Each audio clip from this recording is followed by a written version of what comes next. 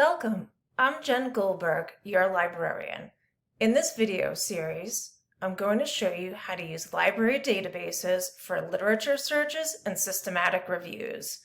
After watching these tutorials, you will learn how to search for research articles faster and more efficiently.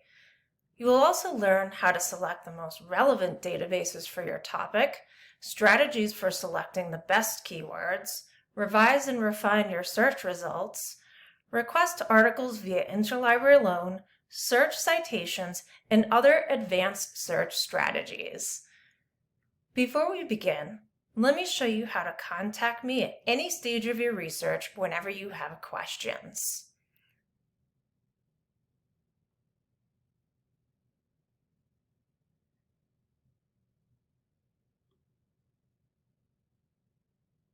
You can email me here or book an online appointment with me here. If you don't see availability on my calendar that fits your schedule, email me and I will find a time that works best for you. You can reach out as many times as you need. I'm here to help you.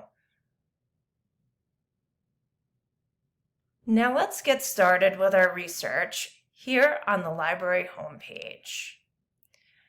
Library search is often the first place to go to see if there's any background information on your topic.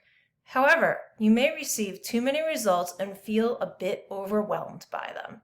Let's try it. Wow, 40,000 results is certainly a lot. This high number is because library search searches all of our databases, our entire book collection, and the collections of other libraries we're in a consortium with.